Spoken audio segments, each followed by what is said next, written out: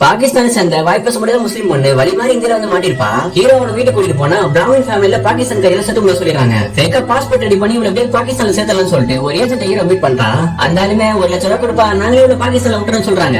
ஹீரோவும் ஹீரோயினும் ஒன்றை இருக்க மொத்த அமௌண்ட்டுமே போட்டு காசு ரெடி பண்ணி அந்த ஆள்கிட்ட கொடுத்து அந்த குழந்தைய பத்திரமா ஒப்படைச்சிடன்னு சொல்லிட்டு வருவாரு. அப்பதான் ஹீரோ அந்த பொண்ணு நம்மள்ட்ட ஆசையா வளர்க்கிறது வாங்கி போய் கொடுக்கலாம்னு சொல்லிட்டு அதை வாங்கிட்டு பொண்ணு பின்னாடி போய் பார்த்தா அந்த ஏஜென்ட்காரன் அந்த மாதிரி தொழில் பண்ற இடத்துல அந்த பிஞ்ச குழந்தைய விட்டுட்டு இருப்பான். குழந்தைய போட்டு என்ன பண்றீங்கன்னு சொல்லிட்டு ஹீரோ கண்கணிவு போய் அங்க இருக்க எல்லாரையுமே சரமாரி அடிச்சு போட்டு அந்த குட்டி பொண்ணு வந்து காப்பாத்தி கூட்டிட்டு வந்து இதுக்கப்புறம் இவன் நானே பாகிஸ்தானுக்கு கூட்டு போறேன்னு சொல்லிட்டு பாலையோட பகுதியெல்லாம் தாண்டி பாகிஸ்தான் பார்டருக்கு போயிடுறாங்க.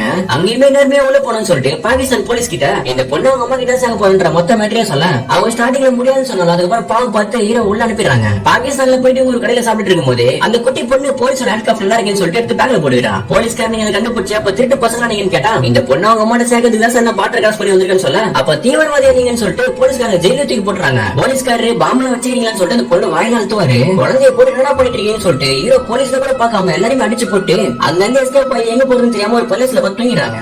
அடுத்த நாள் காலைல ஆச்சரியம் பள்ளிஸ்ல தூக்கூடாதுன்னு சொல்லிட்டு ஹீரோ வெளில வந்துருவாரு. அப்பதான் அங்க வந்து பாய் ஒருத்தர் இங்க எம்மதும் சம்மதம் யாரோட தூங்கிக்கலாம் சொல்லுவாரு. ஹீரோவும் இதுக்கப்புறம் நம்ம மாத்தியே பார்க்க சொல்லிட்டு திருந்திடுறான்.